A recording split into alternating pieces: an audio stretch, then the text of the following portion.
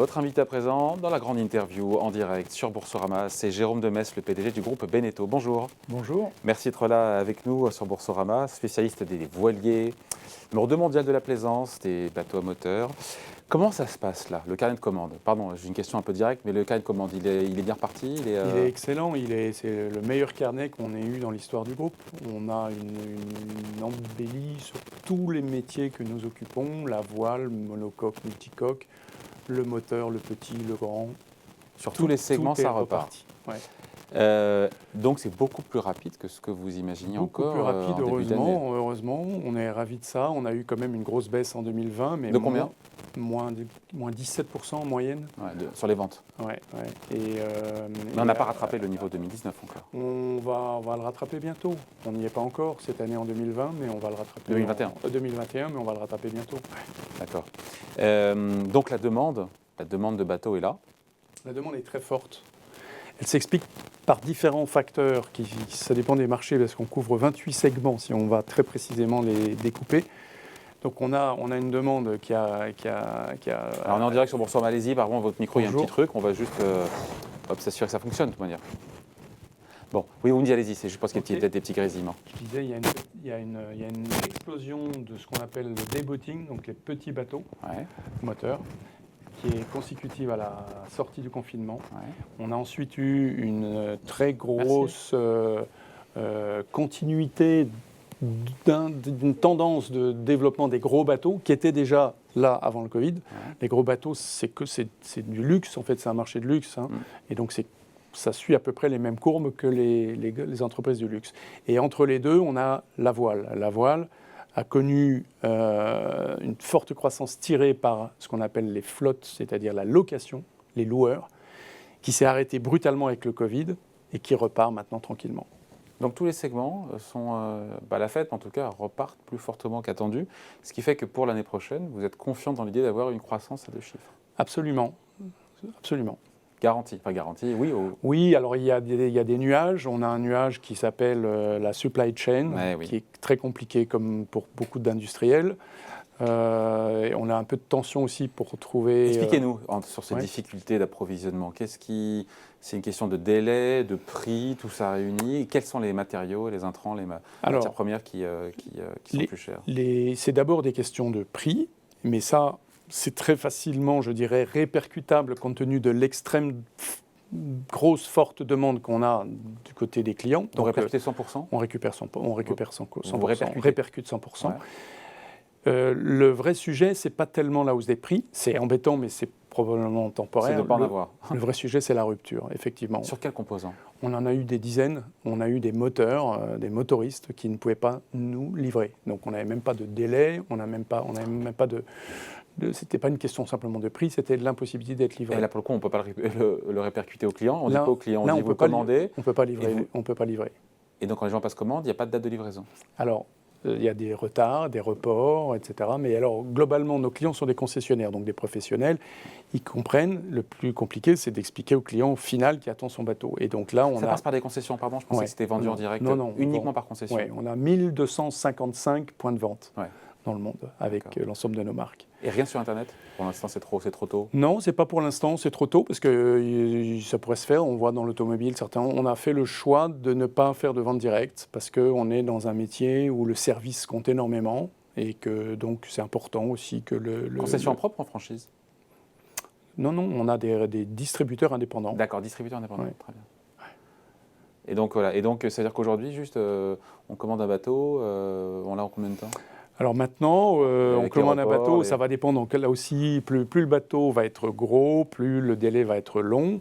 Sur les petits bateaux, il y en aura probablement déjà plus pour 2022. Donc on passe commande aujourd'hui, on ne sera pas livré avant 2023. Ouais. C'est quoi un petit bateau? Parce que j'ai vu qu'il y avait pour le coup, l'après-confinement avait boosté un petit peu cette activité des petits bateaux. Alors des bateaux à la journée, c'est ça pour sortir? On va dire. Pour sortir, c'est quoi? C'est des 8-10 mètres? Oui, on va dire, on parle en pieds. Oui, pardon. Donc ça va être jusqu'à 35-40 pieds. On va dire que c'est des petits bateaux. Ces bateaux-là, ils sont fabriqués... 35-40 pieds, 40 pieds, c'est 10 mètres, non? Oui, c'est ça, voilà, jusqu'à 10 mètres à peu près. On va être dans le day-boating. Ça ne veut pas dire qu'on ne peut pas dormir. Certains sont équipés, mais on ne part pas une semaine en vacances dans un petit bateau. Et là c'est vraiment une explosion de la demande. Et nos usines étant très très chargées, que ce soit en Pologne ou aux États-Unis, on vient d'acquérir 2 nouvelles usines au Portugal ouais. dédiées à cette activité. Après, vous avez les moyens bateaux qui sont fabriqués qu'en France, et puis les gros bateaux, plus de 60 pieds, qui sont fabriqués en France et en Italie. Petit, moyen, gros, juste par question de prix, c'est jamais, c'est ceux qui nous regardent, celles ou ceux qui nous regardent qui sont intéressés, c'est quoi les budgets sur les petits, moyens, gros? C'est de 25-30 000. Ça va dépendre beaucoup de la motorisation et des options, mais c'est entre 25-30 000 les premiers bateaux. On a un semi-rigide à ce prix-là? Non, nous on ne fait pas de semi-rigide, mais à plusieurs millions d'euros pour les Pour 25-30 000 euros, on peut avoir un petit bateau petit bateau de pêche, petit bateau de promenade, petit bateau de ski nautique. Ça va dépendre de la motorisation. Pas ceux qu'on voit derrière en image. Non, non. Et donc là, sur les moyens, donc ensuite les moyens en termes de budget? Non, après les gros, de l'autre côté de l'échiquier, ça va être 3-4 millions d'euros. Mais ça va beaucoup dépendre aussi de la motorisation et des options. Combien de bateaux vous vendez par an? On vend 9000 bateaux par an. La répartition entre les 3 catégories? Alors, on vend beaucoup de petits bateaux, mais qui coûtent moins cher. Donc, mais en chiffre d'affaires, c'est pas 3 tiers, mais ça doit être les 2 tiers à peu près de nos bateaux sont des petits bateaux. Et puis le reste est partagé entre les moyens et les grands. Sur les gros bateaux essentiellement, ou c'est le même niveau de marge en fonction? Non, les marges ne sont pas liées à la taille des bateaux, elles sont liées à la longueur des séries, elles sont liées à la facilité avec laquelle nous démarrons une nouveauté, parce qu'il peut y avoir un peu d'apprentissage, etc. Donc les coûts de développement en amont sont très importants de bien les maîtriser, c'est-à-dire les heures, mais aussi les moules, les outillages. Donc tout ça, ça joue beaucoup dans la rentabilité d'un modèle. Et donc on avait 180 modèles, on s'est concentré un peu, on va en avoir 125, mais c'est encore beaucoup. On lance 50 nouveautés entre 2021 et 2023. Donc c'est une très grosse activité dans nos bureaux de recherche. Il faut pas rationaliser tout ça en se disant que ça fait... C'est rationalisé, ça a l'air encore énorme, mais on vient de 180 modèles et on passe à 125. Essentiellement donc des usines, 13 usines, 8 en France, c'est ça? Avec, vous le disiez, les plus gros navires fabriqués ici. Pour la division bateau, on a aussi une division Mobilhome, on est leader européen. Avec, Mobilhome, attendez, je découvre là. Oui, Mobilhome, ouais. On fait 200 millions de chiffre d'affaires environ, 15% du chiffre d'affaires. Sur plus d'1 milliard de chiffre d'affaires. Sur 1,2 milliard cette année, oui. D'accord.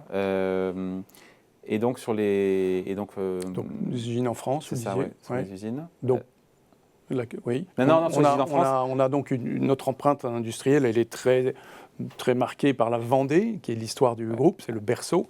Donc on a effectivement, l'essentiel de nos usines sont en France et en particulier en Vendée. On a en dehors de Vendée une grosse usine à Bordeaux qui fait les catamarans Lagoon. Et on en fait aussi en Vendée, mais Bordeaux est entièrement dédié à Lagoon. Et puis on a Cholet, où on fait aussi des... Je pensais à vos usines, j'avais un trou. Sur vos usines, je pensais aux moteurs en fait. Vous ne fabriquez pas vos moteurs, vous? Non, on les achète. Et on les assemble. On travaille avec tous les motoristes du monde et on s'est répartis par type de bateau, etc. On a préféré rester en architecture complètement ouverte. Donc on est marié avec aucun fournisseur et on travaille avec eux beaucoup aujourd'hui en co-conception sur les motorisations alternatives, puisqu'on va aller vers l'électrique et l'hybride. C'est ça, c'est pourquoi? C'est pour demain, après-demain, c'est pour On y est déjà. On a sorti à Cannes les premières gammes de bateaux à motorisation électrique. Quelle autonomie? Alors ça va dépendre de quel bateau on parle. Non, mais ça va dépendre, parce que ça va dépendre de quel bateau on parle. Si là, ce qu'on a lancé, c'est sur des voiliers, des monocoques, sur la gamme Oceanis de Beneteau, où on travaille avec Torquido. Et donc là, comme un voilier, il ne fonctionne pas au moteur, sauf dans les ports, on a une autonomie qui est assez large. On est en train de sortir, on va l'annoncer en début d'année, enfin on l'a annoncé, mais on va montrer les bateaux. On est en train de sortir des grands bateaux à moteur, entièrement électriques aussi, sur la marque Delphia, destinée aux rivières et aux lacs. Et donc là, c'est plutôt un usage journalier, donc quotidien. Les bateaux reviendront le soir se charger et ça permet de naviguer quelques heures. Quelques heures. Mais c'est un début, c'est un marché qui représente aujourd'hui les motorisations électriques et hybrides, probablement autour de 1 à 1,5% du marché global, mais il augmente de 30% par an. Donc numéro 2 mondial de la plaisance, Jérôme Demesse, derrière un acteur américain, qui pour le coup, lui, fabrique ses moteurs. À qui vous achetez d'ailleurs des moteurs aussi? Eh oui. L'architecture ouverte est totale. Hein? Total. Oui, c'est le groupe Brunswick qui est effectivement... Vous êtes loin ou pas? Parce qu'en termes de capitalisation, on est à plus d'1 milliard. Ils sont plus gros, mais ils sont beaucoup plus diversifiés que nous, puisqu'ils ont aussi, viennent de faire une opération significative en achetant une société qui est dans un équipementier. Donc nous, on est intégrés, mais on est resté quand même énormément sur notre métier de base, avec une incursion depuis l'été dernier dans les services, la location justement, où on a pris des participations significatives, mais minoritaires, dans la location avec ou sans skipper de voiliers à la semaine, mais aussi dans la location de bateaux à moteur pour une journée, des boats justement aux États-Unis. Uniquement avec vos bateaux, évidemment. Non, justement, architecture ouverte, on ne l'a pas fait pour s'assurer des débouchés, on l'a fait parce qu'on croit beaucoup. C'était ma question en fait. On croit beaucoup à l'usage versus la propriété. On pense que ça va continuer à se développer énormément et on ne veut pas simplement être un fournisseur de ces solutions, mais un acteur. Ouais. Et tout ça donc vous permet de croire en cette croissance à 2 chiffres pour l'année prochaine. Avec encore une fois, cette facture sur la facture liée aux pénuries, ça vous coûte combien en marge ou en euros Jusqu'à présent, ça nous a pénalisé en termes de retard, mais on n'a pas eu d'annulation de commande. Donc je dirais, c'est surtout un déficit d'image et un inconvénient pour les clients. Les coûts sont répercutés, donc on ne peut pas dire mais à quelle hauteur? Un client, vous me direz... Intégralement. Donc il y a quoi, une espèce de clause de réévaluation au moment où... Non, mais on les anticipe beaucoup parce qu'on a revu 3 fois nos tarifs, par exemple, en 2021. Et combien chaque fois? Ça, on ne le dit pas, mais globalement, on a répercuté des hausses à 2 chiffres, sur l'ensemble de l'année. Oui, mais ça ne veut pas dire que la même personne a subi 3 hausses, puisqu'on change les prix de nos catalogues, en quelque sorte, au fur et à mesure que nous-mêmes, nous les anticipons de les voir augmenter. Bon, on est sur Boursorama, évidemment, j'ai regardé le cours de l'action qui gagne 45% depuis le début de l'année, c'est formidable. Seulement 8% en 5 ans. Est-ce que vous êtes satisfait ou pas par ce parcours boursier ? Non, si vous regardez même sur une plus longue période, c'est ça qui est intéressant. Oui. C'est qu'on voit qu'on a été assez cyclique, mais dans un canal un peu flat. Et moi, tout le challenge que je prends, c'est le cycle. On ne pourra pas échapper complètement, mais je voudrais qu'on soit cyclique dans un canal réellement haussier. Et donc, c'est pour ça qu'on a engagé cette entreprise de transformation dans le groupe Beneteau, avec donc des nouveaux métiers, avec une empreinte industrielle un peu différente aussi, et avec une volonté de reconquérir des parts de marché, notamment aux États-Unis. Pourquoi les États-Unis? Le marché du moteur est 10 fois plus gros que le marché de la voile. Nous, on fait à peu près moitié-moitié, donc ça veut dire que notre marge de progression, elle est clairement dans le moteur. Et le moteur, c'est l'Amérique du Nord qui fait 45% du marché mondial. Pas les moteurs, mais les bateaux à moteur. Le bateau à moteur, c'est 45% du marché. Les États-Unis, c'est 45% du marché à moteur mondial. Et nous, il faut absolument qu'on se développe là-bas. Donc quelle part de marché là-bas, sur place aujourd'hui? On a des parts de marché faibles, de l'ordre de 4-5% sur les métiers qu'on occupe, mais il y a des métiers du bateau à moteur qu'on n'occupe pas. Les pontoons, par exemple, qui sont des barques en aluminium avec du gros caoutchouc autour, qui sont le premier marché au monde et dans lequel le groupe Beneteau n'est pas. On n'a pas vocation à y aller demain. Pourquoi? Mais parce qu'on a déjà beaucoup à faire sur les métiers que nous occupons. Avec déjà beaucoup de bateaux et une large gamme.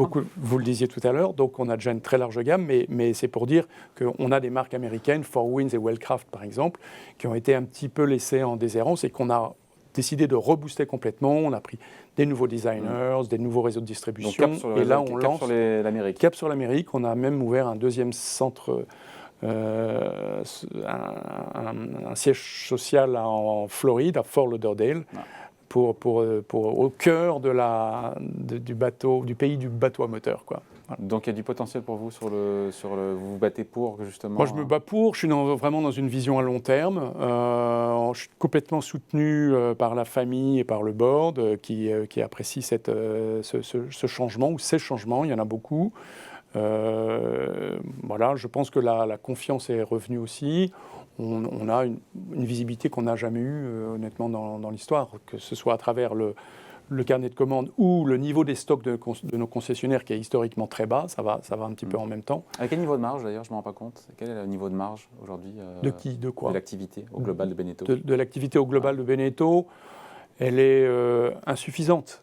Mais on a sorti des prévisions autour de 6,5% d'EBIT. Donc c'est là-dessus que vous serez jugé? il faut qu'on fasse mieux que ça, oui, et on est en train de faire mieux. Donc on va dépasser ce plafond de verre qu'on a touché en 2019. Et puis ensuite, après, on a eu cette crise où on a perdu l'argent en 2020. Et là, on est reparti, et on est reparti avec la volonté, et on s'est donné les moyens de faire beaucoup mieux que ce qu'on faisait avant. Ouais. Bon, merci en tout cas, merci de passer nous voir. Merci Jérôme à vous, Demez, donc, et le n'oubliez PDG. pas le bateau. C'est bon pour la santé. Oui, PDG donc du groupe Beneteau, numéro 2 mondial de la plaisance, invité de la grande interview en direct sur Boursorama. Merci. Merci à vous.